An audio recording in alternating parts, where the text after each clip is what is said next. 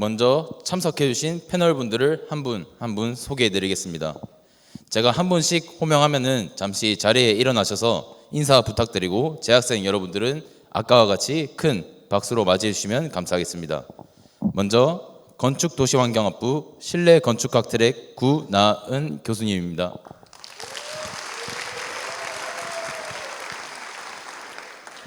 다음으로 스마트도시융합대학 부학장님이신 건축공학 트랙 임명관 교수님.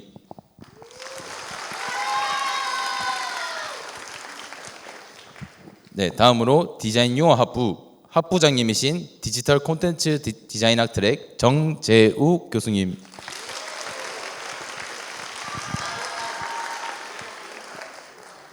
네, 시각 디자인학 트랙 주임 교수님이신 이충호 교수님.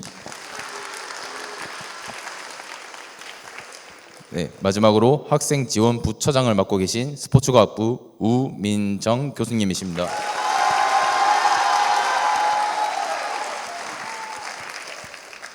네, 다음으로 우리 학생들을 대신해 질문해 주실 학생 패널 분들을 소개하도록 하겠습니다. 단과대학 부학생회장 건축공학 전공 3학년 최혜민. 다음으로 건축도시환경학부 부학생회장 건축학 전공 4학년 윤혜란.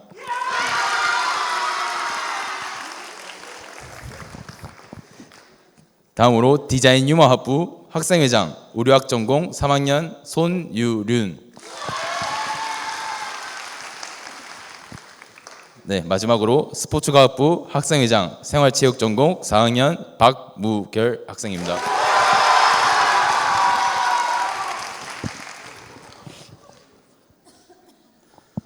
토크쇼 시작에 앞서 한 가지 공지사항이 있습니다.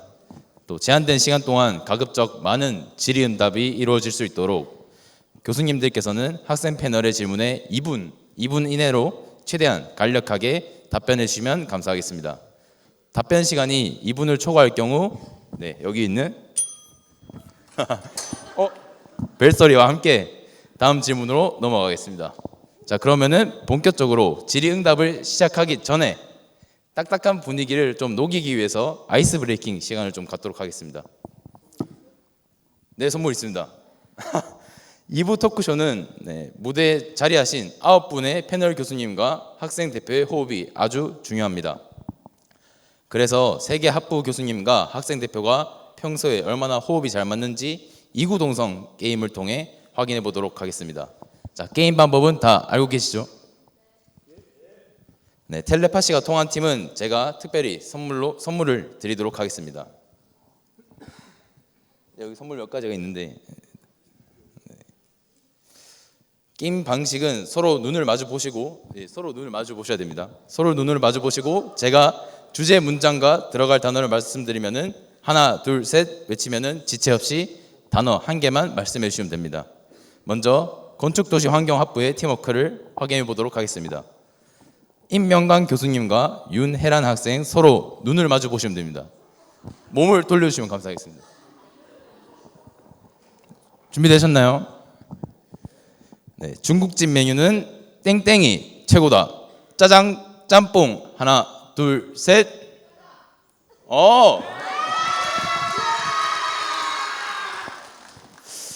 다음으로 이제 건축도시환경학부 이제 구나은 교수님과 최혜민 학생 차례입니다. 서로 눈을 마주 보시면 감사하겠습니다. 탕수육은 땡땡이 최고다. 찐먹, 부먹. 하나, 둘, 셋.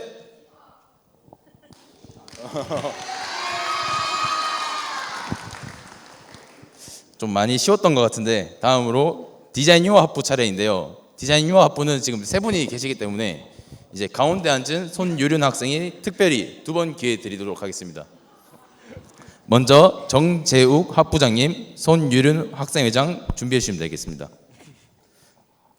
다음은 술인데요. 술은 역시 땡땡이 최고다. 소주, 맥주. 하나, 둘, 셋. 소주. 이거 아닌 것 같은데. 아무튼 다음으로 이충호 교수님과 손유륜 학생 한 번 더 가겠습니다. 소주 하셨는데 술안주는 뭐니 뭐니 해도 땡땡이 최고다. 족발, 치킨. 하나, 둘, 셋. 아, 이거는 틀린 걸로 하겠습니다. 마지막으로 스포츠과학부입니다. 네, 서로 마주보시면 감사하겠습니다. 문제 나갑니다. 누가 뭐래도 스포츠과학부의 대표 얼짱은 땡땡이다. 우민정, 신소희. 하나, 둘, 셋. 뭐 이것도 정답일 수 있겠네요. 눈치 게임이요? 예, 알겠습니다. 그럼 눈치 게임 바로 시작하겠습니다. 벌칙으로 노래 한번 부르는 걸로 하겠습니다.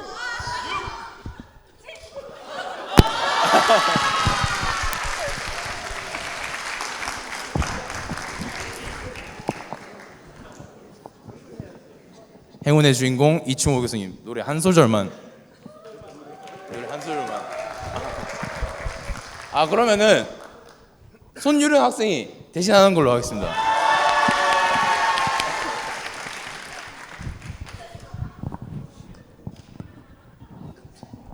벼락을 맞았고요. 감사합니다. 그대 기억이 진한 사랑이 내 안을 파고드는 가시가 되어 여기까지 했습니다.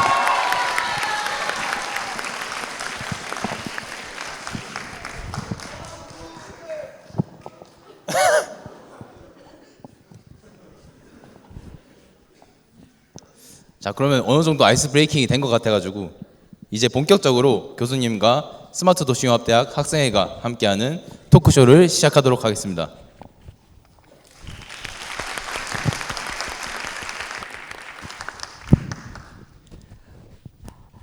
안녕하십니까. 저는 디자인융합학부 학생회장을 맡고 있는 의료학 전공 3학년 손유륜입니다. 먼저 디자인융합학부 정재욱 학부장님께 질문드리겠습니다. 디자인융합학부 신입생의 질문입니다. 저는 아직 어떤 전공 트랙을 선택할지 잘 모르겠고 고민이 많습니다. 교수님이라면 전공 트랙 결정 시 어떤 점을 가장 중요하게 고려하실지 궁금해요. 라고 질문해 주셨습니다. 아마 많은 신입생분들이 비슷한 고민을 하고 계신 것 같습니다. 교수님 답변해 주시면 감사하겠습니다. 이분이라고 했죠. 전공을 결정할 때 뭐 다 아는 얘기겠지만 자신의 적성이 어느 부분에 소속되는지를 먼저 파악하는 게 중요할 것 같아요. 그런데 중요한 건 본인의 적성은 대충 알지만 그 트랙에서 구체적으로 뭘 가리키는가가 잘 모르는 경우가 많지 않을까요? 그러니까 교수님이나 또 선배들에게 적극적으로 질문을 하면서 그 트랙에서 가리키는 커리큘럼을 이해하려고 노력하는 게 제일 중요할 것 같습니다.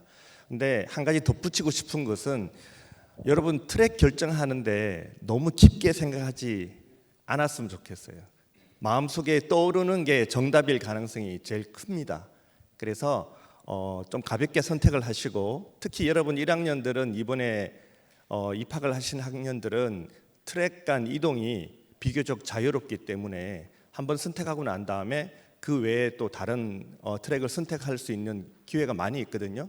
그러니까 너무 그렇게 고민을 심각하지 안 하게 하는 게 좋지 않을까 이런 생각이 듭니다. 이 정도?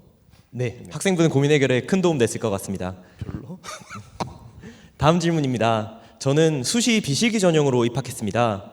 입시 미술학원에서 실기 준비는 오래 했었지만 실기 능력과 발상, 아이디어가 썩 좋은 편은 아니었던 것 같습니다. 디자인 전공은 실기 과목의 비중이 높은데 저처럼 실기 능력과 창의력이 조금 부족한 학생도 수업을 따라가거나 학점 관리, 최종적으로 취업하는 데 불리한 점은 없을까요? 라고 본인의 고민을 질문해 주셨습니다. 그림을 어느 정도 하느냐가 중요한 것 같아요. 못한다고 했을 때 정말 못하는지 어느 정도는 하는지 아니면 아주 잘하는지 뭐 거기에 따라 좀 다르긴 하겠지만 중요한 건 이제 디자인이 시대가 바뀌었거든요. 그래서 예전에는 디자인 한다 그러면 그림을 잘 그리는 학생 이렇게 생각했지만 요즘은 디자인한다 그러면 좋은 생각을 많이 하는 학생 이렇게 바뀌었어요. 그래서 그림을 그리는 능력이 점점점 크게 영향을 안 미친다 이렇게 이해하시면 좋을 것 같고요. 디자인 융합학부 자체가 학생들을 뽑을 때 실기가 60%, 비실기가 40%를 뽑고 있어요. 이게 그만큼 그림을 잘 그리지 못해도 수업을 쫓아가는 데는 큰 영향이 없다 이렇게 생각할 수 있습니다. 그 뒤에 질문 마지막에 취업할 때도 어느 정도 영향을 미치냐, 불이익이 없냐 뭐 이런 질문 하셨는데 아무래도 그림을 잘 그리면 좋은 점이 있겠죠. 그렇지만 그림을 못 그린다고 해서 불이익을 받는 경우는 거의 없어진 것 같아요. 그만큼 뭐 컴퓨터라든가 여러 가지 환경들이 툴이 많이 여러분들을 서포트하고 있기 때문에 그림을 못 그리는 것에 대한 두려움보다는 내가 재미난 생각과 창의적인 생각 이런 걸 못하는 부분에 있어서 좀 더 고민을 해야 되지 않을까 이렇게 생각합니다. 네, 멋진 답변 감사합니다. 이번에는 시각 디자인학 트랙 주임 교수를 맡고 계신 이충호 교수님께 질문 드리겠습니다. 이번에도 디자인융합학부 신입생의 질문인데요. 대학 재학 중에 취득하면 좋은 자격증이나 필요한 경력이 있을까요? 디자인 분야로 해외 취업과 워킹홀리데이에 관심이 있습니다. 이와 관련된 정보나 대학, 학부에 지원하는 프로그램이 있는지 알려주세요. 라고 질문해 주셨습니다. 그 취업 관련된 내용들은 학생지원처 취업지원팀이라고 있는데 거기서 여러 가지 프로그램들이나 운영 방안들에 대해서 계속 여러분들한테 그 지속적으로 공지를 하고 있습니다. 그렇기 때문에 여러분들이 관심 있으면 그런 내용들을 살펴보시면 필요한 내용들을 이제 여러분들이 접할 수 있을 것 같고요. 그다음에 첫 번째 질문 같은 경우 시각 디자인학 트랙 같은 경우는 뭐 시각 디자인 트랙 산업기사라든지 또 컴퓨터 그래픽스 운영 기능사 같은 자격증이 있고 그다음에 이제 뭐 여러 기관에서 운영하는 디자인 인턴십 활동 등이 있습니다. 그래서 여러분들이 뭐 필요하면은 뭐 대외 활동들을 할 수 있는데 사실 가장 중요한 거는 취업에서 필요한 거는 이제 그 포트폴리오라고 볼 수 있습니다. 그래서 여러분들이 아무리 좋은 뭐 자격증이나 그 대외 활동을 한다고 하더라도 실제 작품을 만드는 능력이 부족하면 취업에서 여러 가지 어려움이 있기 때문에 좋은 포트폴리오를 만든다면 좋은 결과가 있지 않을까 생각됩니다. 특히 이제 제 전공은 다른 전공에 비해서 훨씬 더 투명하다 볼 수 있는데 학력이라든지 무슨 뭐 자격증 이런 것들 가지고 실력을 감출 수는 없고요. 좋은 작품을 여러분들이 만든다면 어느 회사에서라도 여러분들이 원하는 대로 일을 할 수 있을 거라고 생각이 됩니다. 네, 멋진 답변 감사합니다. 두 번째 질문은 디자인 전공 교수를 꿈꾸는 학생의 질문입니다. 교수님들은 대학원을 졸업하신 후 어떤 과정을 거쳐 교수가 되셨는지 궁금합니다.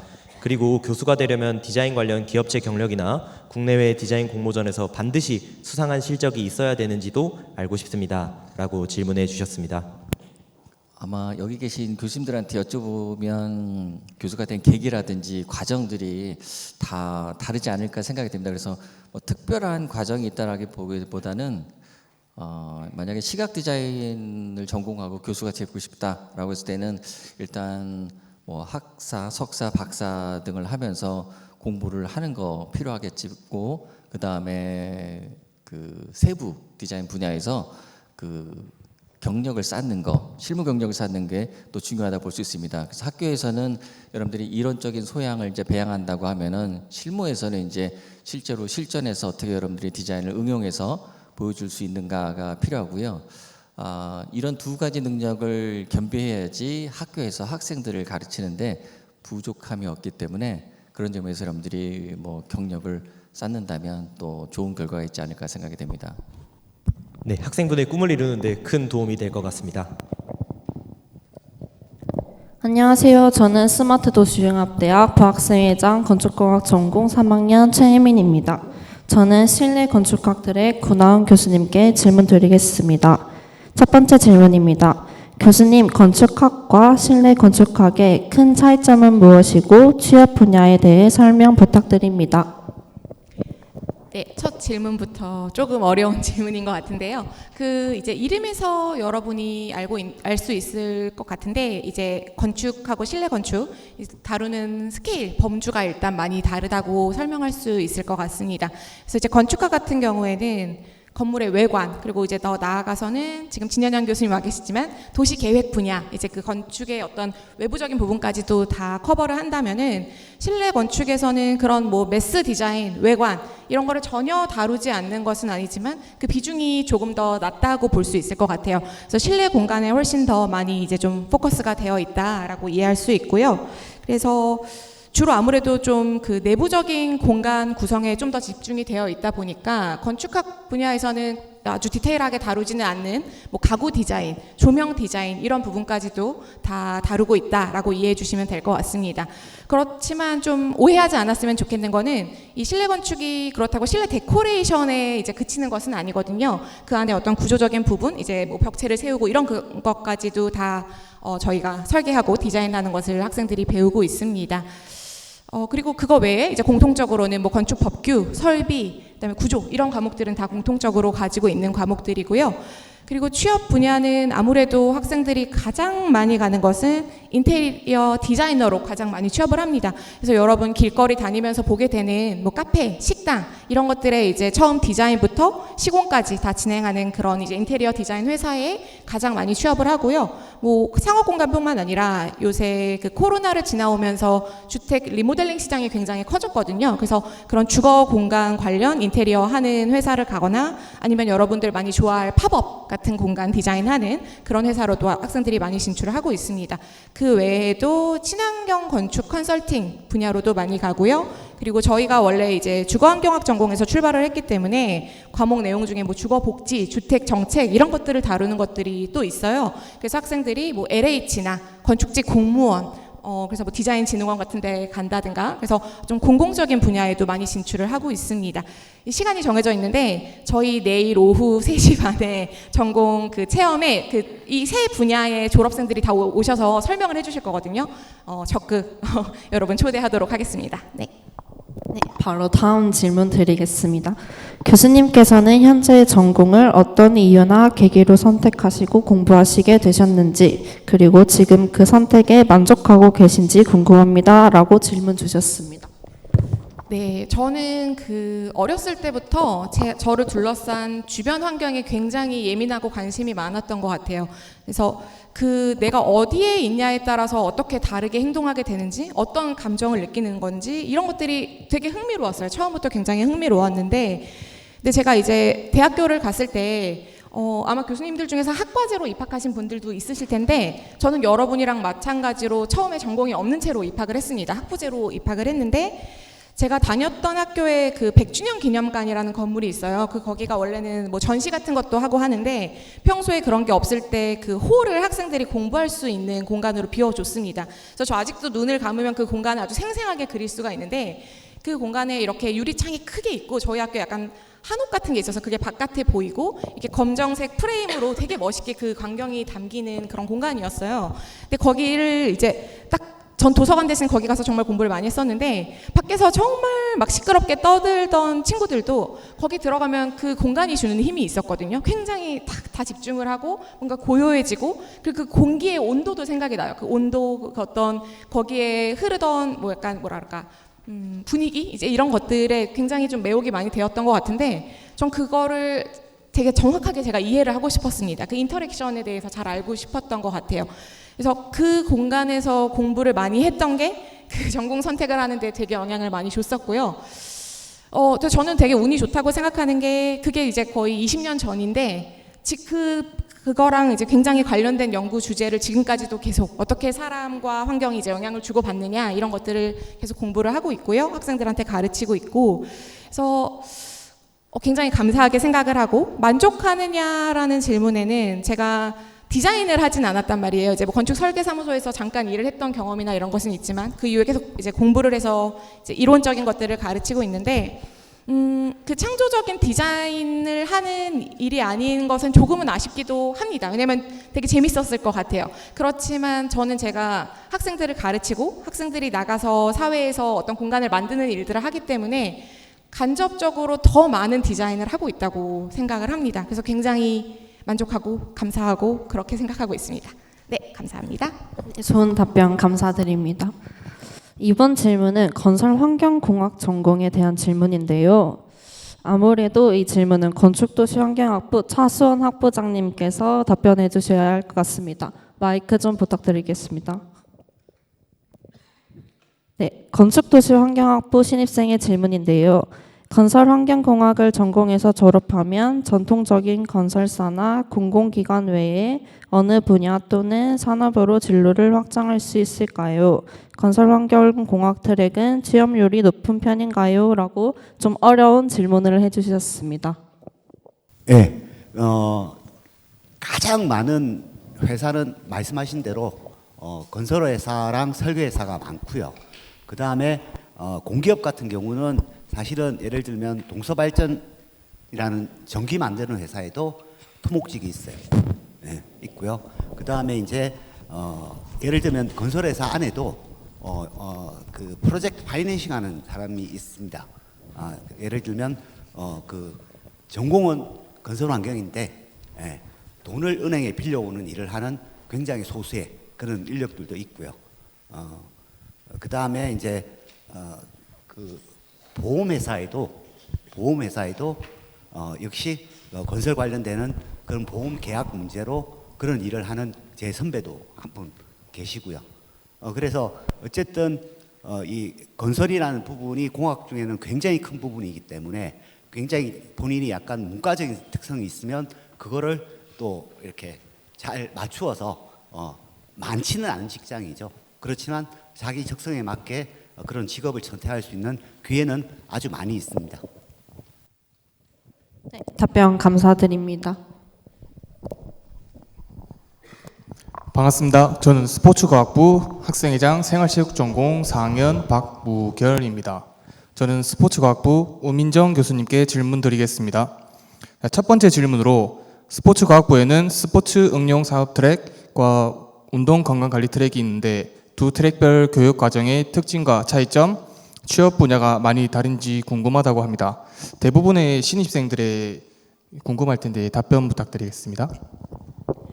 네, 우민정입니다. 우리 학생들은 아마 어제와 오늘 오전에 걸쳐서 1대1 혹은 2대1로 교수님들과 모두 상담을 해서 양쪽의 상담을 다 한 걸로 알고 있어요.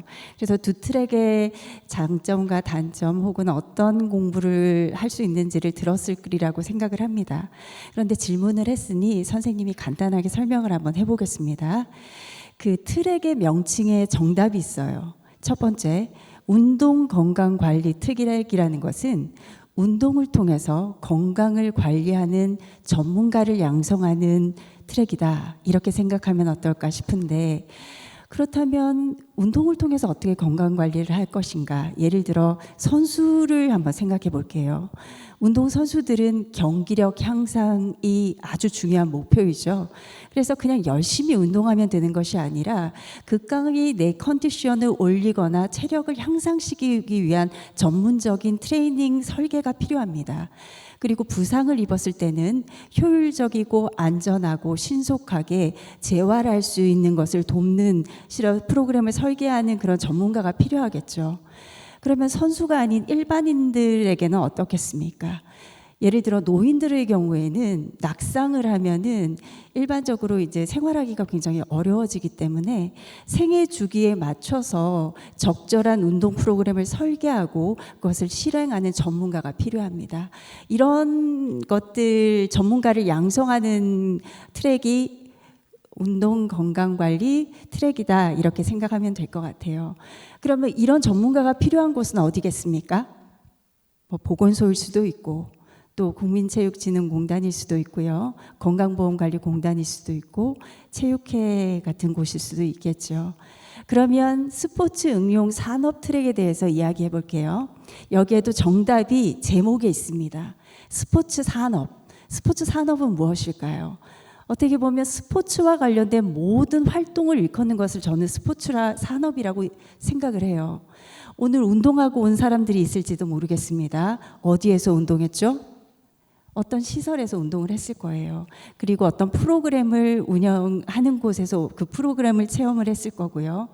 그리고 뭐 다른 학과 친구들도 마찬가지겠지만 스포츠 브랜드에 지금 의류를 입고 있거나 신발을 신는 친구들이 있을 건데 그것 역시 모두 스포츠 산업에 관련된 영역이기도 합니다.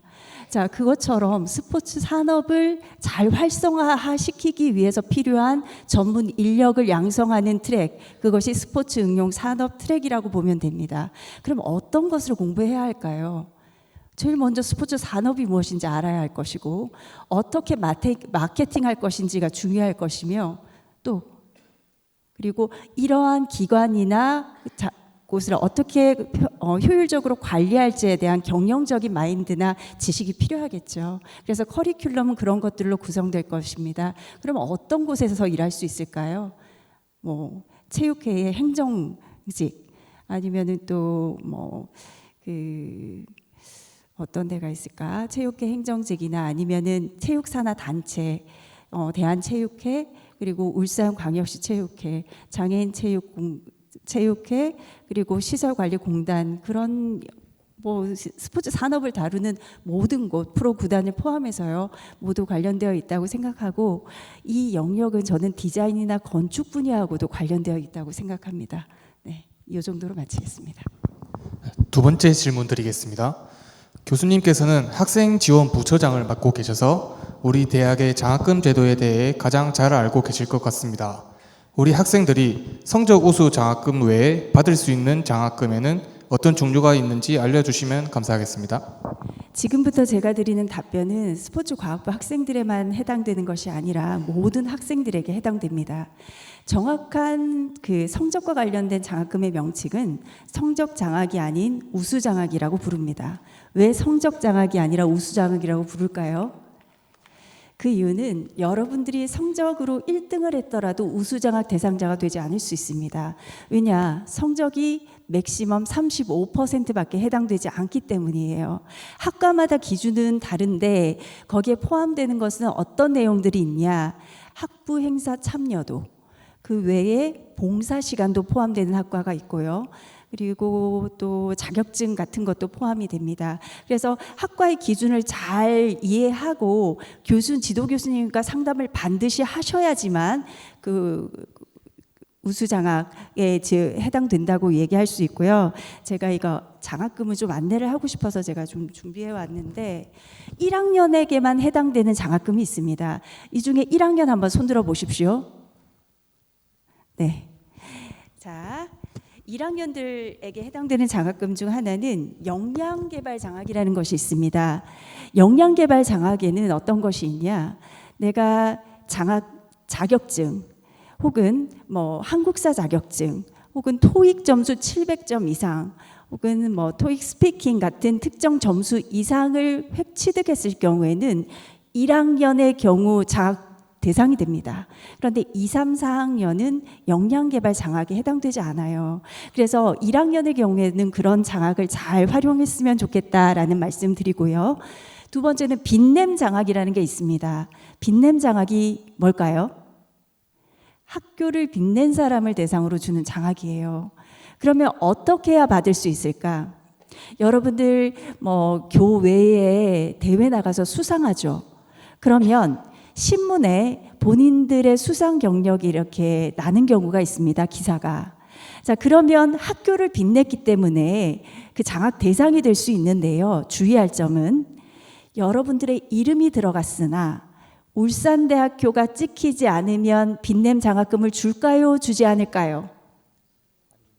주지 않습니다. 왜? 울산대학교를 빛내야 하기 때문이에요. 그래서 자기가 상을 받았을 때 기사가 났을 때는 반드시 울산대가 찍혀 있는지를 꼭 확인해 주시길 부탁드리고 그리고 요거는 교수님들께서도 같이 챙겨주시면 좋겠다 그런 생각 듭니다. 그 외에 많은데 시간 2분 넘은 것 같아서 요 정도 하겠습니다. 네, 자세한 답변 감사합니다. 안녕하십니까. 저는 건축도시환경학부 부학생회장 건축학 전공 4학년 윤혜란입니다.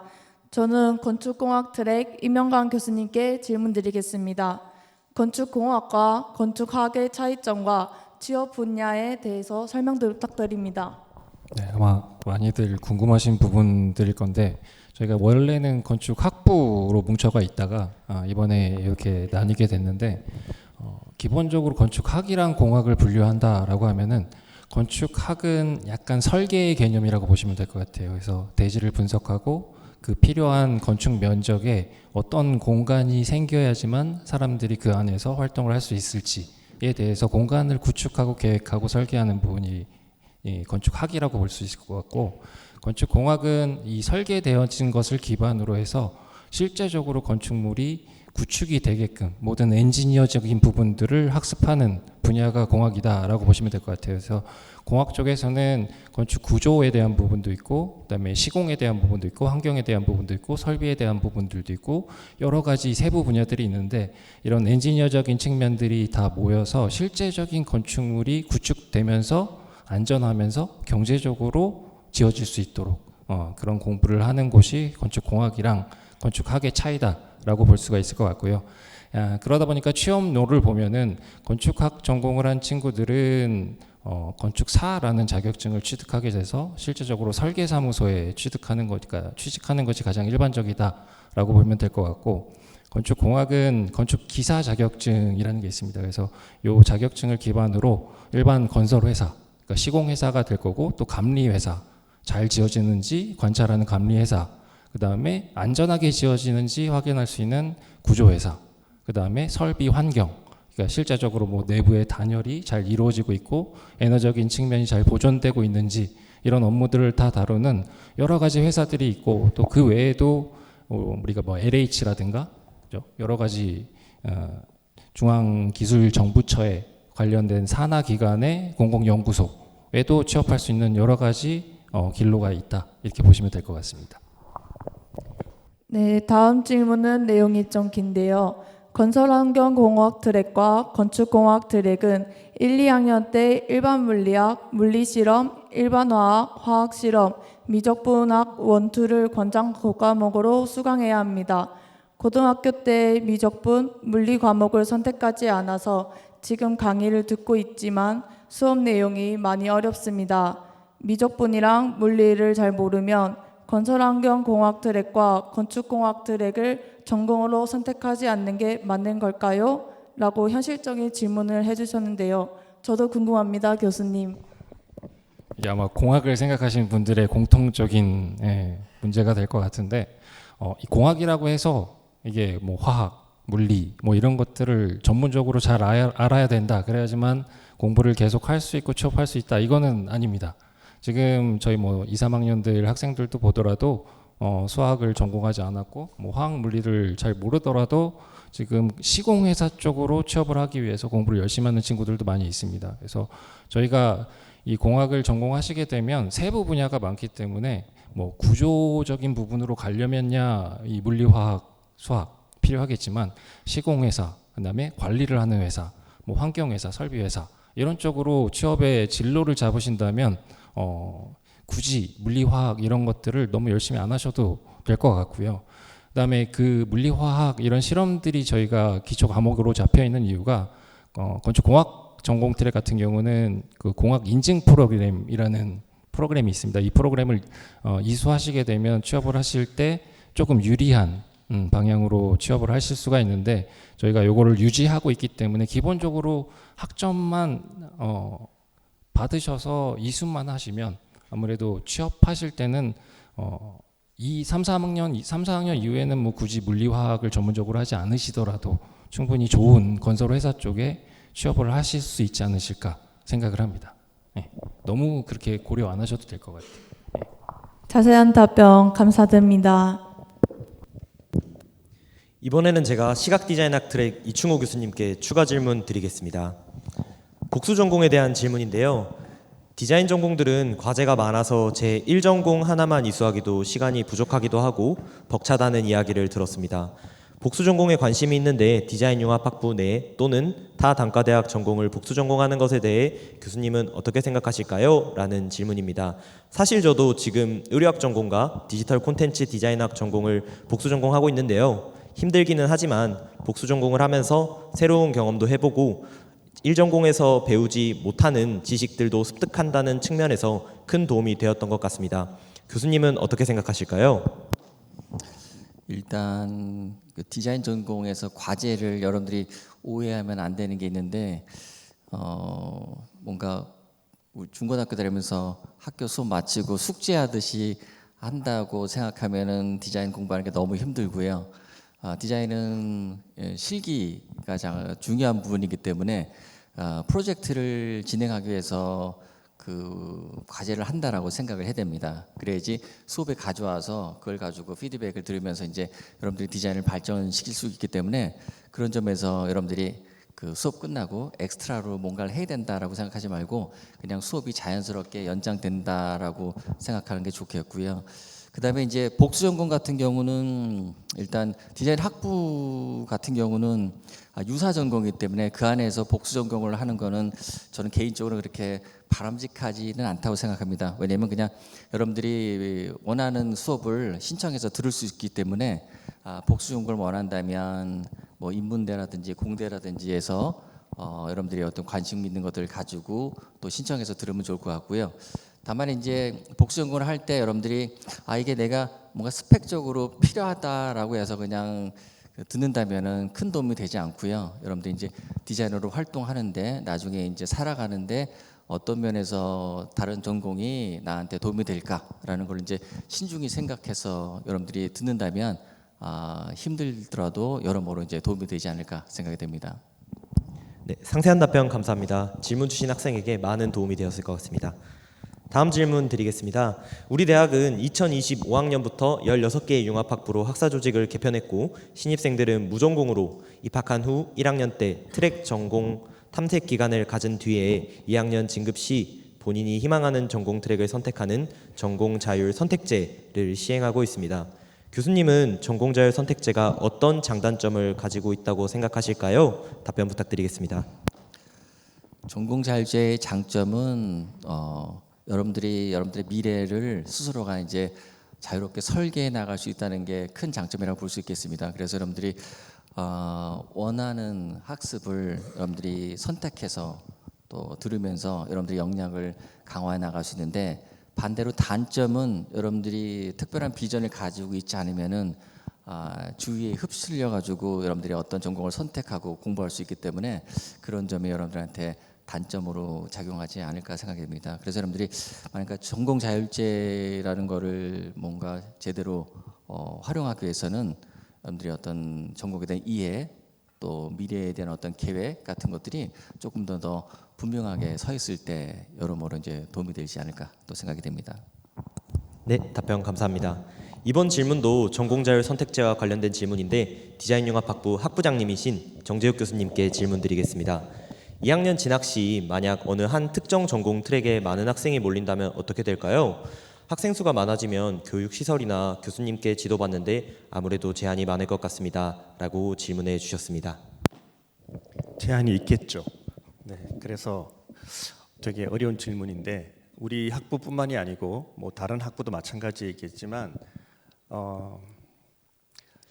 이제 원하는 대로 그 트랙을 갈 수 있게 되었잖아요. 그러니까 뭐 극단적으로 얘기하면 이쪽은 뭐 100명이 넘을 수도 있고 여기는 한 자리 숫자의 트랙이 나올 수도 있습니다. 근데 사실 그 문제를 제일 열심히 고민하시는 분들은 트랙 담당 교수님들이세요. 그래서 여러분들은 교수님들을 믿고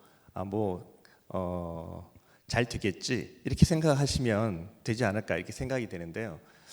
그 트랙이 많아지면 공부하는데 문제가 생기지 않을까 이렇게 생각하는 것보다 트랙이 많아지면 뭐가 장점일까 이렇게 생각해 보는 것도 좋을 것 같아요. 트랙이 많아지면 일단 학과를 운영하는 예산이 엄청 많아지겠죠.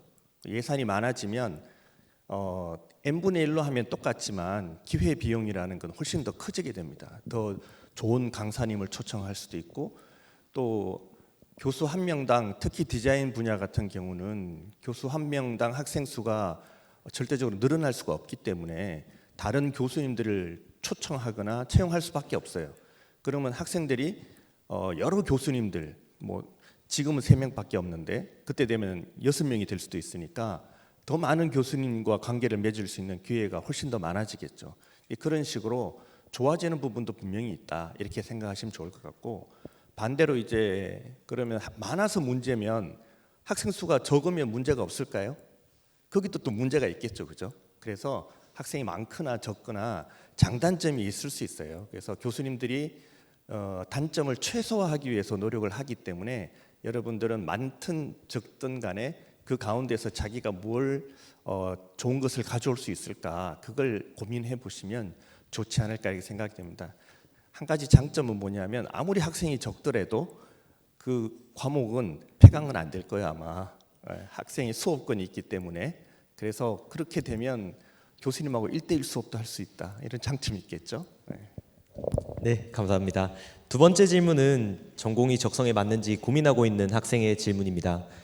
교수님께서 디자인 분야를 전공하시게 된 계기가 궁금합니다. 디자인 학부에서 수업을 듣다 보니 적성에 맞지 않다고 느껴질 때가 있는데요. 어떻게 해야 할까요, 교수님? 이런 경우에는 어떻게 하는 게 좋을까요? 적성이 안 맞으면 적성이 맞는 대로 가야 되겠죠, 하다가. 네, 그래서 뭐 그렇게 일단 저는 고등학교 1학년 때 KBS 오디오기획 세계는 디자인 혁명 시대라는 특집 프로그램이 있었어요. 그거를 이제 7부작인가 5부작인가 그랬는데, 그걸 보고 나서 제 진로를 결정했어요. 아, 디자인을 하면 좋겠다. 그때까지 저는 그림은 잘 그리는 편이었는데 그림을 그리면 가난하게 사는 줄 알았거든요. 그래서 이제 그림을 그리면 안 되겠다, 공부를 해야 되겠다 이렇게 생각하고 있었는데, 그 특집을 보니까 그림을 잘 그리는 사람이 돈을 많이 벌고 살 수 있는 기회가 있더라고요. 그래서 디자인을 하겠다 이렇게 결정을 했는데, 근데 여러분들이 지금 어떤 자기의 진로를 결정하는 부분에 있어서 고민스럽다는 건 충분히 이해가 돼요. 그런데 한 가지 여러분들이 놓치고 있는 게, 내가 지금 여기 A라는 지점에서 내가 정말 잘할 수 있는, 내 적성에 정말 맞고 딱 저기야라고 생각하는, 인생이 성공할 수 있는 포인트가 B라고 한다고 하면, 지금 A에서 B를 바로 선택하지 않더라도 옆으로 이렇게 C, D를 가서 B를 가는 게 결코 손해 보는 일이 아니에요. A에서 B로 다이렉트로 가는 사람은 시간은 빠를지 모르지만 경험이 적거든요. 경험이 적다는 것은 경쟁력이 약화되는 거예요.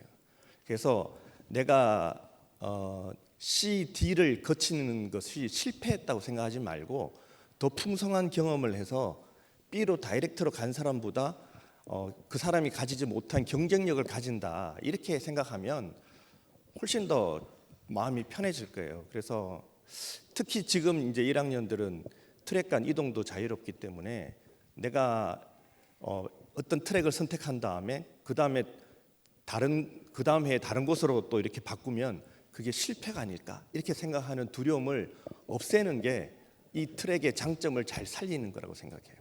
그래서 여러분들에게 주어진 기회는 여기저기 갔다 왔다 할 수 있으니까, 물론 이제 그렇게 되면 어떤 교수님에 대한 어떤 그 사랑을 지속적으로 못 받고 이렇게 신뢰관계가 깨지고 이런 부분이 있겠지만, 여러분들이 먼 미래에 내가 저기를 빨리 가야 되는데 이런 생각에서 좀 벗어나는 것이 지금 여러분들이 더 성공할 수 있는 길이 아닐까 이렇게 생각이 돼요.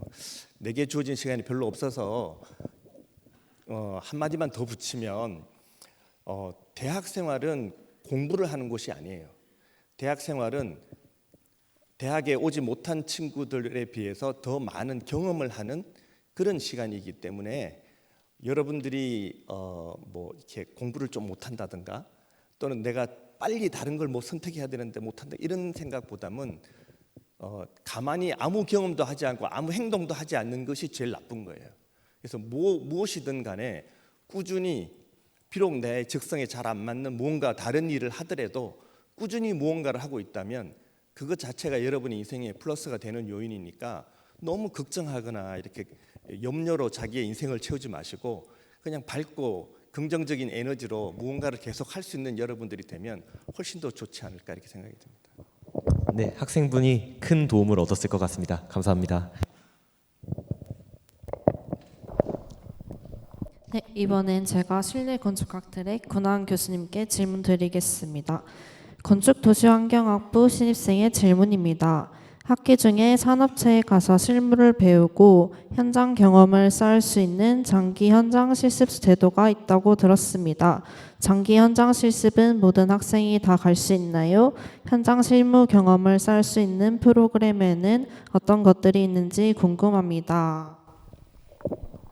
네, 더 많았으면 좋겠지만 그 질문처럼 모든 학생이 갔으면 좋겠지만 현실적으로 그리고 솔직하게 지금 장기 현장 실습은 1년에 한두 명 정도 나가고 있는 것 같고요. 그 장기 현장 실습 말고 단기 현장 실습, 방학을 이용하는 그것도 비슷하거나 아니면 조금 더 많이 단기 현장 실습 나가고 있는 것 같습니다.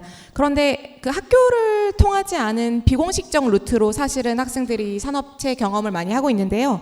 먼저 첫 번째로는 저희 그 겸임 교수님 분들이 이제 학생들 실기 수업 해주시는 겸임 교수 분들께서 그 건축 뭐 디자인 회사를 소유하고 계시거나, 그러니까 본인이 오너시거나 아니면 이제 그 기업에 일을 하고 계신 분들이 있어서 학생들 수업을 하면서 좀 관심이 있는 학생들에게 방학 때나 이럴 때 일할 수 있는 기회를 많이 부여해 주시고 계신 것 같아요. 그래서 그런 비공식적 루트로 이 산업체 경험을 학생들이 많이 하고 있는 것으로 알고 있고요. 그리고 그 겸임 교수분들을 통한 것 외에도 사실은 뭐 이 디자인 쪽, 인테리어 업체 이쪽은 손이 좀 많이 부족한 그 업계거든요. 그래서 학생들이 방학 때나 특히 이제 고학년들 방학 이제 어느 정도 스킬이 쌓였을 때 이제 방학 때나 아니면 휴학을 했을 때 뭐 인턴십이나 아르바이트를 구하는 것이 그렇게 어렵지는 않습니다. 그래서 많은 학생들이 그런 경험들을 쌓고 이제 자기의 분야를 결정하게 되는 그런 경우들을 보고 있고요. 그리고 이거는 저희 트랙뿐만 아니라 모든 학생들에게 조금 알려주고 싶은 것이 이제 학생들이 그 장기 현장 실습 이렇게 리스트 보고 여기에 있는 거에서만 해야 된다 이렇게 생각을 하는 경우들도 있는 것 같은데 사실 여러분이 조금 더 적극적으로 그걸 구할 수도 있어요. 저도 이제 작년, 재작년에 어떤 여학생이 그 여학생은 본가가 부산이었습니다. 부산인데 자기가 이렇게 학교 왔다 갔다 하면서 맨날 봤던 인테리어 회사가 있었던 거예요. 그래서 저기서 내가 일을 해봤으면 좋겠는데, 근데 거기는 이제 부산이다 보니까 저희 학교에 거기 업체에 없었죠. 그래서 그 학생이 이제 되게 용기가 있었던 것 같아요. 찾아가가지고 이거 좀 신청을 해주실 수 있냐? 제가 여기서 일을 해봤으면 좋겠다라고 해가지고 사실 회사 입장에서는 손해 볼 게 없거든요. 뭐 경제적으로 어떤 부담이 가지 않습니다. 그래서 신청이 돼가지고 그 학생이 실제로 거기에서 장기 현장 실습을 했었거든요. 그래서 학생들이 되게 사실 용기 내기가 어렵다는 건 아는데 여러분이 진짜 반걸음만 움직여도 어른들은 매우 도와주고 싶어하고 기회를 주고 싶어합니다. 그러니까 그런 진취성도 조금 더, 물론 학교에서 저희가 더 많은 것을 제공해야 되는 것이 첫 번째지만 두 번째로는 학생들도 조금 더 적극성을 가져도 좋을 것 같습니다. 네. 좋은 답변 감사드립니다. 저는 다음으로 스포츠과학부 우민정 교수님께 추가 질문 드리겠습니다. 스포츠과학부 신입생의 질문입니다. 교수님께서 교수가 되신 동기는 무엇이며 저희 학부를 졸업하신 선배님 중에서 교수가 되신 분들이 많이 있으신가요? 라고 질문해 주셨는데요. 교수님 답변 부탁드리겠습니다. 교수가 된 동기요. 결론부터 얘기하면 좋아서 교수가 됐습니다. 저는 교수가 되고 싶었던 이유가 연구가 재미가 있었어요. 그 4학년 여러분처럼 대학을 다닐 때 저는 저의 진로에 대해서 별로 고민을 하지 않았어요. 왜냐하면 걱정이 없었다기보다 지금까지 공부밖에 안 했기 때문에 뭘 해야 될지 잘 모르겠는 거예요. 그래서 그냥 갈 데가 없으니까 대학원 진학을 했습니다. 근데 대학원 진학을 하고 석사 2년차 때 깊이 있게 연구를 하는 게 얼마나 재밌는지 그때 눈을 떴어요. 그래서 너무 재밌는데 나 이거 평생 하고 싶다 이렇게 생각했어요. 그래서 수업할 때 선생님이 늘 여러분에게 지금 당장 진로를 결정하려고 하지 말고 내가 뭘 하면 정말 재미있게 할 수 있는지를 그걸 찾는 과정을 삼으라고 이야기를 한 이유가 바로 이겁니다. 저는 석사 2년차 때 나는 연구가 재밌어서 집에 항상 늦게 갔어요. 그래서 경비 아저씨가 집에 가야 퇴근을 할 수 있으니 제발 집에 좀 가달라고 그렇게 얘기했었던 기억이 있는데 재미있어서 교수가 되고 싶었고요. 지금도 재미있는 걸 하면서 돈을 법니다. 여러분도 평생 내가 좋아하는 걸 하면서 돈 벌 수 있는 게 무엇인지 한번 찾아보았으면 좋겠어요. 이게 제가 교수가 된 동기입니다. 지금도 무척 만족하고 있습니다. 그리고 여러분 아마 궁금할 거예요. 내가 여기서 공부해서 교수 될 수 있을까 궁금할지 모르겠는데 지금 제 머릿속에 기억나는 여러분이 계세요. 여러분들 선배 중에. 우리 학부는 개교한 지 지금 40주년 됐습니다. 41주년 이제 차죠. 그래서 40주년 기념 행사에 교수 출신 선배들이 여럿이 왔어요. 84학번과 86학번 선배님 두 분은 지금 울산과학대학에서 교수직을 하시고 정년을 하셨거나 아니면 교수를 지금도 학과장을 하고 계시죠. 그리고 92학번에는 중부대학교에서 여기에서 박사과정 학석 박을 다 하고 중부대학교에서 교수를 하고 있고 제주대학교의 노병주 교수님은 01학번인데요. 지금 제주대학교에서 역학을 가르치고 계세요. 지난번 40주년 기념행사에서 또 특강을 해주셨고요. 그리고 05학번 중에는 미국에서 박사를 하고 미국에서 대학 교수로 재직 중에 있는 선배가 있고요. 그리고 한 명은 박진환이라고 지금 미국에서 박사과정을 하고 있습니다. 갈 때 4년 전체 장학금을 펠로우십을 받아서 갔어요. 그래서 이제 곧 졸업을 하고 포닥으로 이제 새로운 생활을 시작하는 것으로 알고 있습니다. 지금 저는 그 학생들이 기억이 나는데 여러분과 하나도 다르지 않았습니다.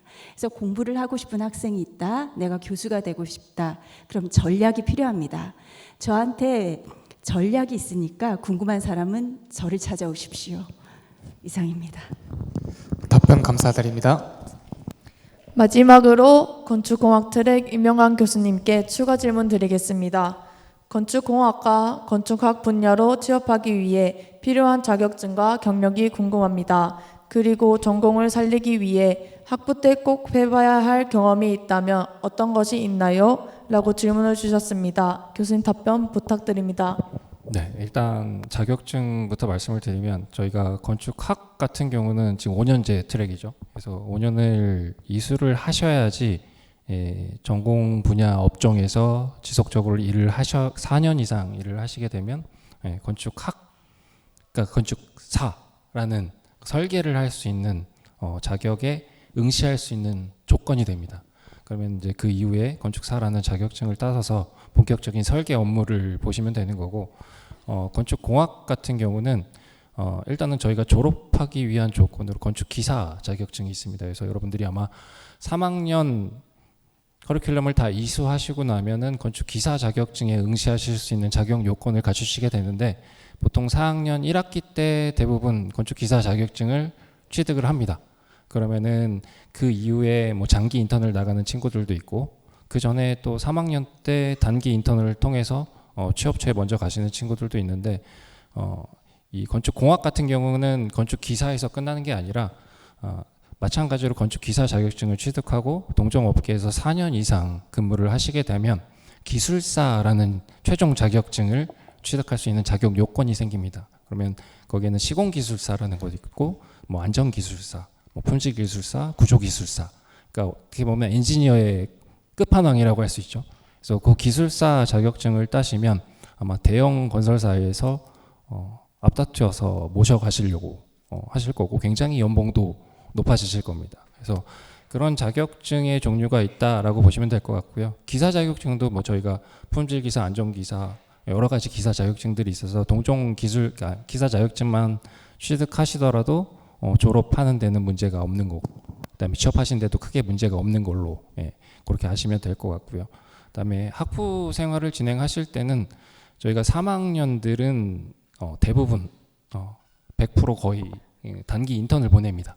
무조건 건설회사, 아니면 환경, 아니면 구조 이쪽으로 단기 인턴을 보내서 현장 체험을 하도록 하고 있기 때문에 하기 싫어도 하시게 될 거고, 그다음에 4학년 때는 기사 자격증을 취득하신 분들에 한해서 장기 인턴을 보내서 지속적으로 그 연계돼서 취업하실 수 있도록 저희가 지도를 하고 있기 때문에 아마 그런 인턴 조건들이 학부 생활을 하실 때는 뭐 반드시 하셔야지 되는 그런 경험이 되실 것 같고, 뭐 안 그러더라도 방학 동안을 통해서 여러분들이 여러 가지 업체들 컨택하셔서 여기서 좀 일해보고 싶다 하시면 저희가 워낙 네트워크가 잘 돼 있기 때문에 어디든지 보내드릴 수가 있을 것 같습니다. 그래서 그런 경험들을 잘 살리시면 아마 취업하셔서도 많은 도움이 되지 않으실까 그렇게 생각을 합니다.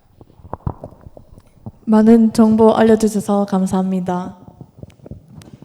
네, 지금부터는 이제 방청 학생들 중에서 자유로 질문해가지고 이제 마이크를 저희가 넘겨드리면 질문하는 방식으로 하도록 하겠습니다. 또 질문해주신 분들을 한해서 저희 교학행정팀에서 준비한 기념품도 있으니 많은 질문 부탁드리겠습니다. 혹시 질문하실 분, 네, 저분 마이크 한번 건네주시면 감사하겠습니다. 반갑습니다. 우민정 교수님. 저는 스포츠과학부 2호학번 이예린이라고 합니다.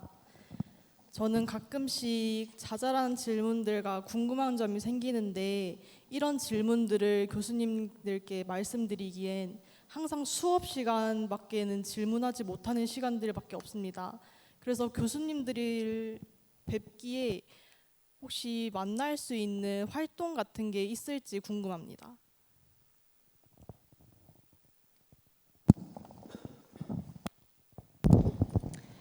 이 2호학번이라서 아직 파악이 잘 안 된 모양인데 우리 교수님들은 여러분들을 정말 좋아하세요. 제가 놀라울 만큼요. 그래서 늘 교수님들께 배우고 있어요. 교수님들 연구실 언제든 불이 켜져 있으면 찾아가도 됩니다. 맞죠, 학장님? 네. 그리고 김기정 교수님 방에는 음료수가 항상 구비되어 있습니다. 여러분이 언제 찾아올지 모르기 때문에요. 그래서 교수님들이 아무리 바쁘시더라도 여러분들이 궁금한 사항이 있으면 언제든 노크하고 찾아가면 항상 반갑게 맞아주실 거라는 거는 제가 의심하지 않습니다. 그런데 활동하는 게 필요하다면 저희들도 교수님들도 사실 고민을 많이 하고 있어요. 그래서 등산을 가볼까, 트레킹 코스를 만들어 볼까 이런 고민들을 하고 있는데 사실 여러분들이 무엇을 원하는지 모르기 때문에 여러분들이 의견을 모아서 학생 여기 학생 회장님도 계시니까 같이 의견을 모아서 저희들한테 주면 여러분들과 함께 활동할 준비가 저희 교수진은 언제나 되어 있다라는 것을 잊지 말아 주었으면 좋겠어요. 그래서 마음 편하게 언제든 노크하고 안 계시면은 뭐 카톡 남기거나 그렇게 하면은 또 약속 잡아서 만날 수 있고 교수님들마다 오피스 아워가 있어요. 그 시간은 원래 계시니까요. 그때 또 뵈면 될 것 같아요. 너무 어렵게 생각 안 하셔도 됩니다. 답이 됐을까요? 네, 감사합니다.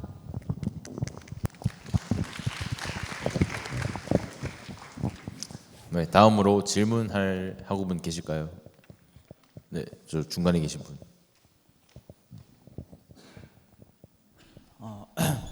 네, 안녕하세요. 저는 건축도시환경학부에 있는 학생이고 교환학생 관련돼서 질문을 드리고 싶어서 교환학생을 좀 저희 학부에서 자주 가는지 아니면 또 어디로 또 자주 가는지 아니면 좀 자격 요건 이런 게 좀 어떻게 되는지 좀 궁금해가지고 질문을 드리려고 합니다.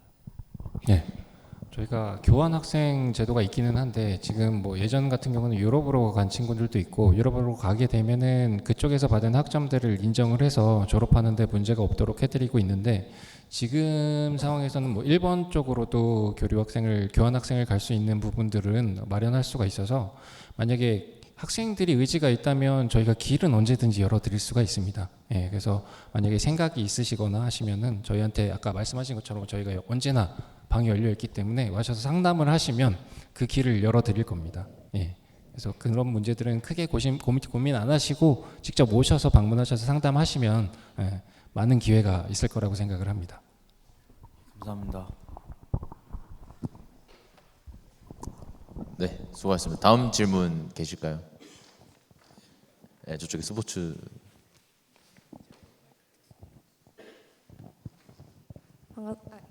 반갑습니다. 교수님. 스포츠과학부 2호학번 윤혜서라고 합니다. 이제 교수님께서 항상 하셨던 말씀 중에 할 때 하고 놀아라라는 말씀을 많이 하셨는데요. 저는 그게 좀 잘 안 되는 것 같아서 고민인데 좀 조언 같은 거 해주실 수 있을지 궁금합니다. 너무 어려운 질문인 것 같은데 복잡하게 생각할 필요가 없습니다. 내가 지금 뭔가를 해야 될 때인가 안 해도 될 때인가를 판단하고요. 해야 된다 생각하면 다른 생각 하지 않고 그냥 하는 겁니다. 그냥 하는 사람들이 그걸 꾸준히 하게 되면 굉장히 어마어마한 업적을 이룰 수 있거든요. 복잡하게 생각하지 말고 해야 될 일인가 하지 말아야 안 해도 될 일인가를 판단하고 해야 된다 싶으면 최선을 다해 본다.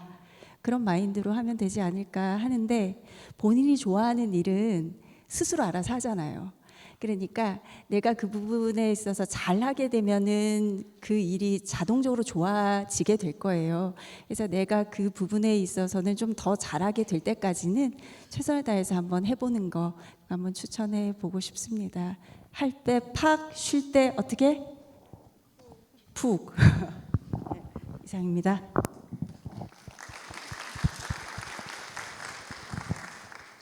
네, 혹시 디자인 질문하실 분 안 계신가요? 디자인도 한번 저기 계시네요.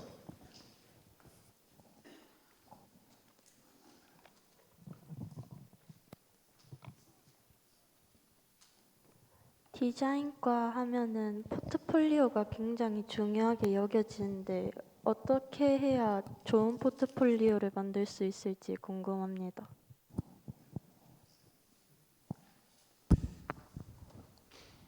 여러분들이 뭐 디자인 안에서 특정한 트랙을 나중에 이제 선택해서 공부한다면 그 안에서 이제 다양한 과목이 있을 겁니다. 그래서 여러분들이 포트폴리오를 취업을 해서 만든다면 어떤 한쪽에 치우치기보다는 다양한 교과목을 경험하고 그에 해당하는 어떤 작품들을 만들었다라는 게 있어야지 처음에 이제 취업할 때 도움이 되고요. 그 후에 이제 여러분들이 뭐 어느 회사에서 일을 하다가 이직할 때는 그때는 이제 좀 더 전문 영역이 있기 때문에 그때는 광범위한 포트폴리오보다는 세분화된 그 내용에 대한 작품들이 있는 것이 훨씬 더 이제 도움이 된다고 볼 수 있습니다. 그래서 여러분들이 학교 다니면서 그 트랙 안에서 여러 가지 교과목인데 다들 그 트랙을 이수하기 위해서 필요한 과목들로 구성되어 있어서 여러분들이 이제 어느 한쪽에 이렇게 뭐 치우쳐서 공부하기보다는 여러분들이 여러 가지를 다 경험해보고 여러분들이 이제 그 중에서 나는 어떤 분야에서 이제 활동하겠다라고 했을 때 그 해당 분야의 어떤 포트폴리오 작품이 조금 더 많을 수 있겠지만 또 나머지가 적다라고 하면은 이 친구가 뭔가 이렇게 한쪽에 치우치기나라는 생각이 들 수 있기 때문에 다양하게 최대한 작품을 만드는 게 좋을 것 같습니다. 감사합니다.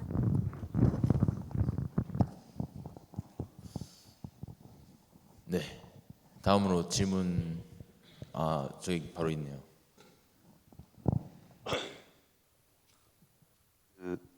시각 디자인이나 좀 평면적인 디자인을 하는 디자이너가 이제 AI로 대체될 수도 있다고 막 하던데 뭐 그거에 대해 어떻게 생각하시는지 궁금합니다. 제가 최근에 한 저명한 소설가가 인터뷰한 내용을 좀 본 게 있는데 뭐 디자이너든 글을 쓰는 소설가든 지적 능력을 갖추지 않으면 AI의 노예가 될 테고 대신에 이제 지적 능력을 갖추게 되면 AI를 활용을 해서 더 성장할 수 있을 것이다. 뭐 이런 얘기를 했습니다. 그래서 여러분들이 디자인을 할 때 기술적이거나 기능적인 부분에 초점을 맞춘다면 여러분들이 특별하게 AI를 더 능가할 수 있는 게 나타나기는 어려울 수 있을 것 같고요. 대신 여러분들이 어떤 생각을 하고 그 생각을 토대로 주변의 환경을 변화시킬까라는 것을 중점적으로 생각한다면 뭐 AI가 계속 뭐 발전한다고 해도 그 인간의 역할은 또 특별하게 남아 있지 않을까 생각이 듭니다. 제가 이제 처음 디자인을 공부할 때쯤에 이제 컴퓨터를 사용해서 디자인을 하기 시작했습니다. 그 전에는 이제 모든 걸 다 손으로 했었는데 컴퓨터라는 새로운 도구가 나와가지고 다들 놀랬죠. 특히 이제 뭐 포토샵이다, 일러스트레이터를 그때 이제 초창기에 쓰기 시작했는데 처음에는 그 안에 필터라는 엄청난 기능이 들어가 있었습니다. 그래가지고 사람들이 앞다퉈 썼는데 시간이 지날수록 필터로 뭔가 디자인하는 거는 실제 디자인의 어떤 사고하고는 좀 다르지 않은가, 뭔가 기계가 만들어주는 게 아닌가라는 생각을 해서 그 후부터는 사람들이 점차 쓰지 않았습니다. 그렇기 때문에 AI도 지금 이제 등장해서 신기하고 뭐 여러 가지 쓰지만 인간이 할 수 있는 역할과 또 기계가 할 수 있는 역할은 다르기 때문에 그 점에서 분명히 차이가 두고 이제 서로 이제 발전하지 않을까 그런 생각이 듭니다. 하나만 더 덧붙이고 싶은데 좀 전에 그 그림을 꼭 잘 그려야 이제 그게 디자인하는 데 도움이 될까 이런 질문이 있었잖아요. 그거하고 어느 정도 관련이 있을 것 같아서 그림을 잘 그리는 것보다 그림을 볼 수 있는 눈을 가지는 게 중요하거든요. 그러니까 디자이너는 자기가 직접 그림을 그리지 않더라도 판단하고 걸러낼 수 있는 힘이 제일 중요하다고 생각해요. 그러려면 작품을 보는 능력이 필요하겠죠. 내가 어릴 때 학원에서 이제 그림을 그리고 대학을 들어갈 때 거기에 서물을 보는 누나가 한 명 있었어요. 그 당시 저한테 누나가 한 2~3살 많은 누나가 있었는데 그냥 학생들 돈 받고 연필 팔고 뭐 이러는 누나였어요. 계속 거기서 몇 년을 근무하는 누나였는데 이제 학생들이 그림을 그리다 쉬는 시간 되면 강사들 다 빠지면 그 누나가 들어오는 거예요. 들어와서 장난삼아 야 너는 무슨 대학교? 너는 무슨 대학교? 넌 서울대? 이 장난삼아 얘기를 하는데 그대로 결과가 됐어요. 근데 그 누나는 그림을 하나도 못 그렸어요.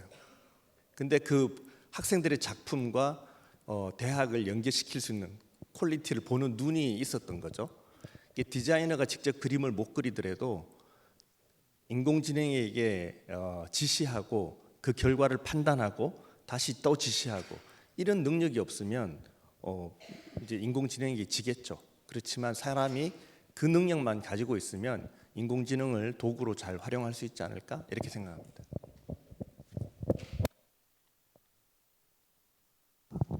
네, 답변 감사합니다. 다음으로 또 질문하실 분 계실까요? 저기 2분 계시는데 저 파란색 셔츠 입으신 분 마이크 한번 건네주시면 감사하겠습니다. 마이크. 네.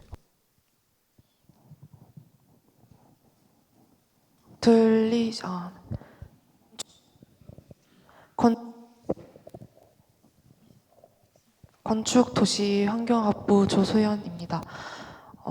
저 같은 경우에는 건축학 전공을 지망을 하고 있는데 이거랑 관련해서 그 설계나 뭐 디자인, 뭐 공간에 관한 창작에도 관심이 있기는 한데 최근에는 약간 건축 이론이라든가 아니면 도시에 관련한 이론 이런 텍스트에 접근하는 것에 꿈을 느끼고 있어가지고 대학원을 가는 여부랑은 상관없이 지금 학교 커리큘럼 내에서 충분히 그런 이론에 대한 접근을 할 수 있는지 아니면은 뭐 학우분들이나 교수님들과 그런 관련한 얘기를 나눌 수 있는지 만약에 나눌 수 있다면 뭐 어떤 식으로 뭔가 그런 이야기를 나누는 게 좋을지 등이 궁금합니다.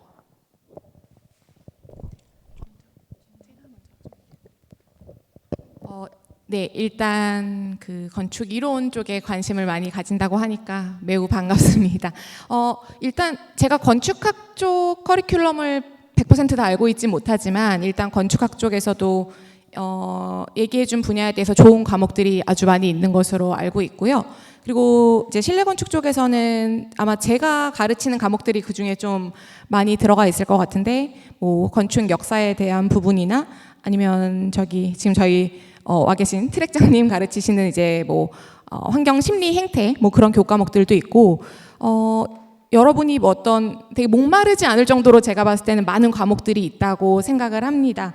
근데 그거보다 좀 더 나아가서 많이 배우고 싶다고 하면 앞에 교수님들 다 말씀하셨던 것처럼 교수님들 찾아가서 뭐 책 추천도 받는 거 충분히 가능하고요. 저는 그런 학생들 찾아오면 제 책장에 있는 책 그냥 빼서 주기도 많이 주거든요. 그래서 언제든지 찾아와도 됩니다. 그래서 너무 어렵게 생각하지 않았으면 좋겠어요. 네.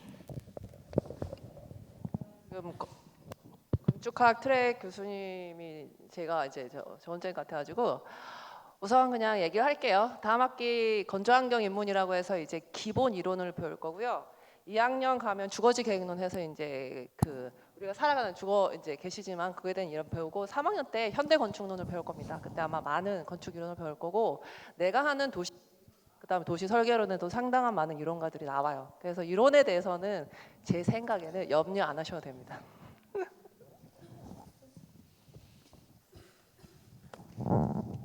네, 답변 감사합니다. 이제 한두 분 정도 더 질문해 주시면 될 것 같은데 혹시 질문하실 분 계실까요? 네, 저쪽에 흰색 바람막이. 안녕하십니까. 저 건축도시환경학부 2호학번 황정은입니다.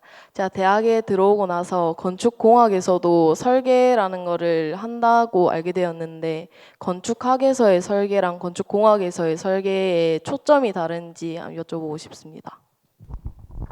네, 우선은 그러면 건축공학에서 하는 설계 쪽으로 좀 말씀 먼저 드릴게요. 저희가 3학년 때 되면 캡스톤 디자인이라고 해서 건축 설계를 건축학에서 하는 설계를 그대로 진행을 합니다. 근데 그게 뭐 공학적인 부분에서 설계를 또 해보자라는 개념은 아니고 설계에 대한 이해도가 있어야지 저희가 실제로 실무에서 엔지니어들이 구축을 할 때 어떤 문제점이 있을까를 파악하기 위해서 설계라는 과목을 3학년 때 운영을 하고 있는데 저희는 거기서 끝나는 게 아니라 그 설계한 건축물을 가지고 4학년으로 오게 되면 그 건축물을 대상으로 시공은 어떻게 해야 되고 그거에 대해서 구조적인 안전성에 대한 설계는 구조 설계를 어떻게 해야 되고 이때 이 냉난방부하가 어떻게 걸리기 때문에 환경적인 부분에서는 어떻게 접근을 해서 이 건축물이 실제적으로 어떻게 완성이 되는 것까지를 저희가 전체적인 캡스톤 디자인이랑 졸업 설계까지 운영을 하면서 건물에 대한 모든 부분들을 공학적으로 다루고 있습니다. 그래서 초반에는 설계적인 부분도 다루면서 그 후에 공학적인 부분을 같이 입력을 시켜가지고 실제적인 건물이 구축되기까지를 전체적인 라인을 다 경험하는 거를 목표로 우리가 수업을 진행하고 있기 때문에 약간 그 부분이 건축학 쪽에서 하는 설계랑은 차이가 있는 부분이 아닐까 생각을 합니다. 네, 답변 감사합니다. 네, 저쪽에서 질문 마이크 전해주시면 감사하겠습니다.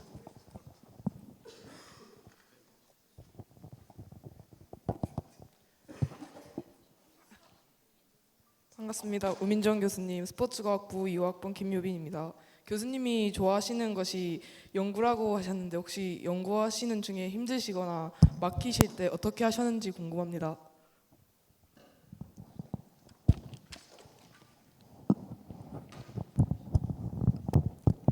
그런 경험이 있었나 한번 생각을 해볼 것 같은데 네. 아마 여러분들이 공부하다가 공부하기 싫을 때를 생각해서 연구하기 싫을 때가 생각나지 않았을까라는 생각이 들어요. 근데 여러분들이 공부할 때랑 교수가 돼서 연구를 할 때는 차이점이 있어요. 어떤 차이가 있냐? 지금 여러분들은 하고 싶은 공부만 할 수가 없죠. 그래서 필요한 커리큘럼을 내가 하고 싶든 하기 싫든 원치 않든 모두 해내야 합니다. 그죠?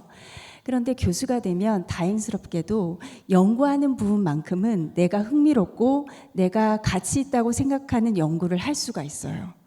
그래서 배우는 과정이 아니라 사실은 배우는 과정도 마찬가지예요. 교수님에 따라 다를 수는 있는데 그래서 지도 교수님을 선정할 때 사실은 그 교수님이 어떤 연구 분야에서 연구를 하는지를 잘 파악하고 가야 할 필요가 있거든요. 나랑 잘 매치되는 연구를 하시는 교수님 밑에 가면 내가 정말 좋아하는 연구를 재미있게 할 수가 있습니다.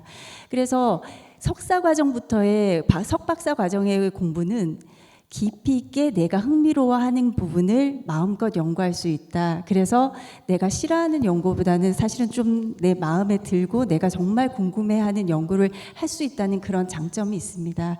그래서 제가 울산대학교에 오기 전에는 연구소에 있었어요. 국가대표 선수들 지원하는 체육과학연구원에서는 오더가 내려오거든요. 국가대표 선수들 지금 심리 상담해라 이렇게 하면은 내가 원치 않아도 억지로라도 가서 해야 됩니다.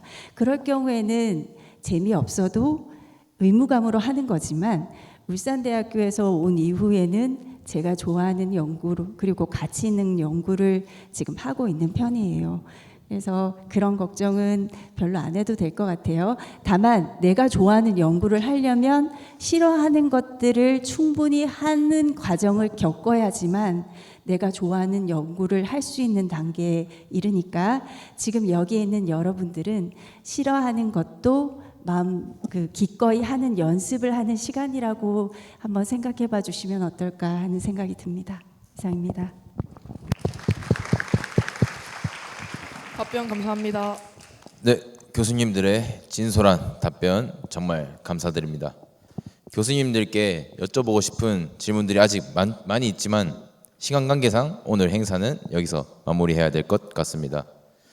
마지막으로 우리 학생들에게 꼭 전해주시고 싶은 말씀이 있다면 아주 짧게 이제 임명관 교수님부터 차례대로 부탁드립니다. 이제 여러분들이 이제 울산대학교라는 학교에 오셔서 대학 생활을 시작하게 되셨는데 아까 말씀하신 것 같이 대학 생활이라는 게 공부만 하는 곳은 아닙니다. 여러 가지 동아리 활동도 하고 친구들도 사귀고 약간 어떻게 보면 작은 사회 생활을 시작한 것인데 공부뿐만이 아니라 여러분들 그 학교 생활 하시면서 여러 가지 경험하실 수 있는 그러니까 추억에 남을 수 있는 대학 생활이 되셨으면 좋겠습니다. 감사합니다. 네, 아마 여기 있는 학생들 중에서 일부는 저랑 앞으로 몇 년 동안 굉장히 깊은 관계를 가지고 갈 거고, 뭐 대부분 많은 학생들은 아니게 되겠지만 일단 이렇게 만나고 얘기할 수 있어서 너무 감사하고 좋았습니다. 그리고 제가 여러분한테 해주고 싶은 얘기는 저는 대학생 때 되게 공부를 잘하고 열심히 하는 학생이었어요. 근데 지나고 보면 그거 말고도 훨씬 더 많은 것들을 할 수 있지 않았나? 좀 아쉽다라는 생각을 많이 하게 되거든요.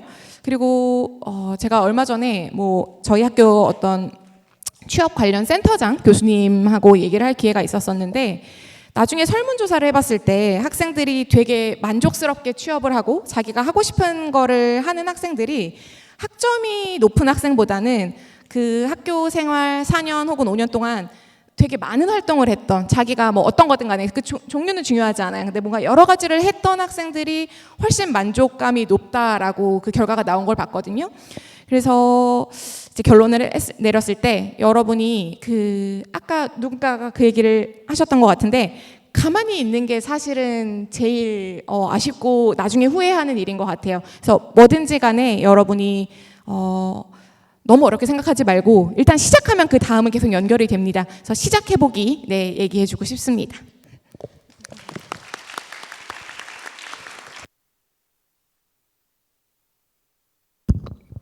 중간중간에 끼어서 여러 가지 얘기를 했기 때문에 그 내용을 한 번 더 정리해서 말씀을 드리고 싶은데 대학 생활이든 지금 생각해 보면 인생도 그런 것 같아요. 잘하는 게 중요한 게 아니라 그냥 열심히 하는 게 중요한 것 같아요. 열심히 하면 주변에 돕는 사람이 반드시 생깁니다. 그래서 너무 걱정하지 마시고 내가 뭐든 해보려고 이렇게 움직이면 주변에서 다 더 좋은 기회가 생기지 않을까 이렇게 생각을 합니다. 여러분들을 응원할 테니까 그냥 앉아만 있지 말고 방에 앉아 있어서 이렇게 웹서핑하면 제일 편하잖아요. 그거를 편안함을 좀 깨고 뭐든 움직이려고만 하면 여러분들에게 많은 기회가 열리지 않을까 이렇게 생각합니다.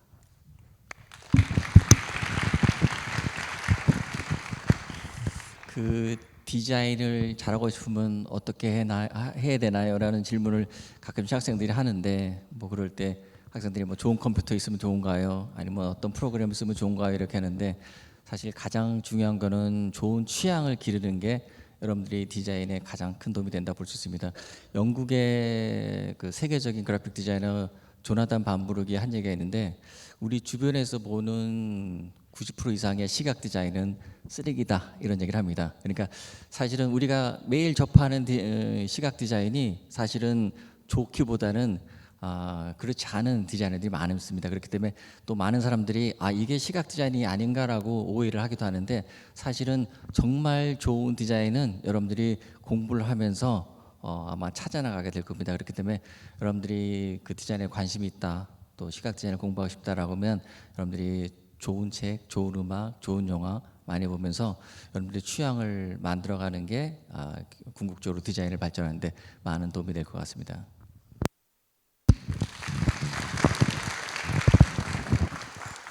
지금 여기 계신 분들은 20대 초반의 나이에 있으세요. 그 한 드라마를 보니까 천국으로 죽어서 이제 천국에 갈 때 자기가 원하는 연령대로 천국에 올라가서 살 수가 있더라고요. 그런데 대부분이 20대예요. 저도 지금 한 언제로 만약에 돌아갈 수 있으면 돌아가고 싶냐고 묻는다면 딱 여러분들의 나이거든요. 지금 이 나이가 되어서 여러분들의 나이를 그리워하는 것이 아니라 여러분들이 지금 있는 이 소중한 순간이 얼마나 뜻깊고 밝은지 알고 뜻깊게 매일 하루하루를 보낼 수 있었으면 좋겠습니다. 여러분들 너무 부럽습니다. 이상입니다.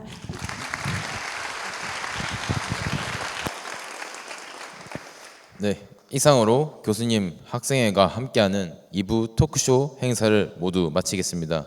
참여해주신 5분 교수님과 학생 패널 여러분께 큰 박수 부탁드립니다. 네, 패널분들은 퇴장해 주시면 되겠습니다. 감사합니다.